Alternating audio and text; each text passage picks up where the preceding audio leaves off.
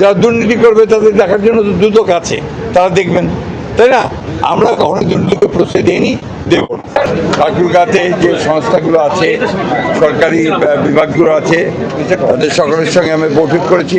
আমাদের জেলা প্রশাসকের সভাপতিত্বে অবহিত হয়েছি ঠাকুরগাঁ জেলায় আমাদের কী কী ধরনের উন্নয়ন কাজগুলো চলছে আর কী কী ধরনের কাজগুলো চলবে।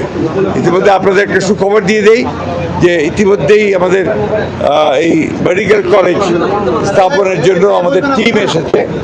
ইতিমধ্যে যারা এসছেন, কথা হয়েছে, তারা জমি দেখে আজকেই নির্ধারণ করবেন এবং তারা আশা করছেন যে 2027-এর মধ্যেই তারা এখানে ছাত্র ভর্তি শুরু করতে পারবে। তো এটা আমাদের জন্য ঠাকুরগাঁও জেলাকে নিঃসন্দেহে ভালো খবর। দ্বিতীয়ত হচ্ছে যে আমরা বিভিন্ন বিষয়গুলো আলোচনা করেছি।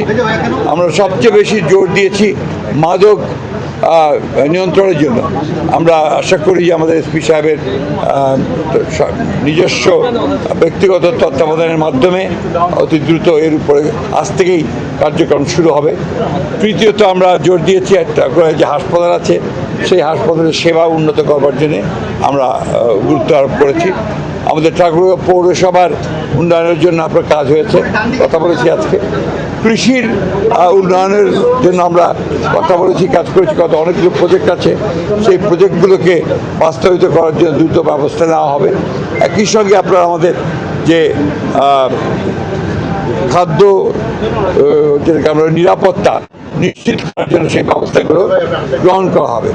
এছাড়াও আমরা আপনার মহিলাদের আপনার কর্মকর্মার যে সমস্ত উন্নয়ন কর্মসূচি আছে সেগুলো ব্যাপারে কথা বলেছি। যুবকদের উন্নয়ন করছে সেটার কথা বলেছি।